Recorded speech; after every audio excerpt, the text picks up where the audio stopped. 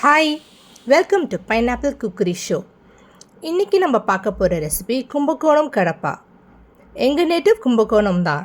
And இந்த டிஷ்ஷை my mother in லா ரொம்ப ஆத்தென்டிக்காக பண்ணுவாங்க. ஸோ வாங்க, let's go to the video.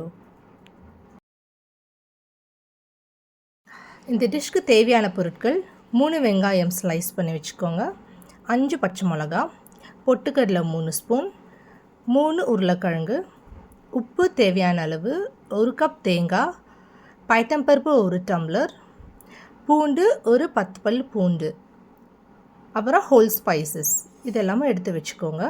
அப்புறம் ஒரு குக்கரில் பைத்தம்பருப்பையும் உருளைக்கிழங்கையும் வேக விடணும். முழுகிற அளவுக்கு தண்ணி ஊற்றி பைத்தம்பருப்பு அண்ட் உருளைக்கிழங்கு ரெண்டும் சேர்த்து ஒரு 4 விசிலுக்கு குக்கரில் வச்சுடுங்க. அடுத்து ஒரு மிக்சர் ஜாரில் நம்ம எடுத்து வச்ச பூண்டு, தேங்காய், பொட்டுக்கடலை, ஹோல் ஸ்பைசஸ் அண்ட் பச்சை மிளகா எல்லாமே சேர்த்துட்டு தண்ணி ஊற்றி நல்லா ஒரு ஃபைன் பேஸ்ட்டாக அரைச்சி வச்சுக்கோங்க.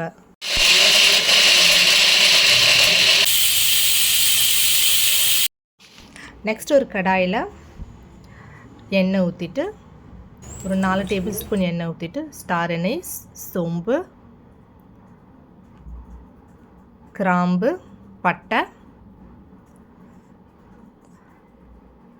2 பிரியாணி இலை எல்லாம் சேர்த்துட்டு ஒரு மிக்ஸ் கொடுத்துட்டு நம்ம எடுத்து வச்ச வெங்காயம் 4, தேவையான அளவு உப்பு,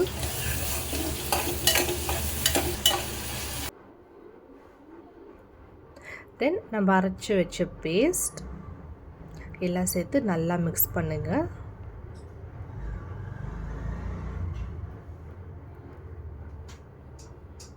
பைத்தம்பருப்பு போட்டதுனால சீக்கிரமாக கெட்டி ஆகிடும். அதனால் 2 டம்ளர் தண்ணி ஊற்றி நல்லா ஒரு லிக்விட் கன்சிஸ்டன்சிக்கு கொண்டு வந்துடுங்க.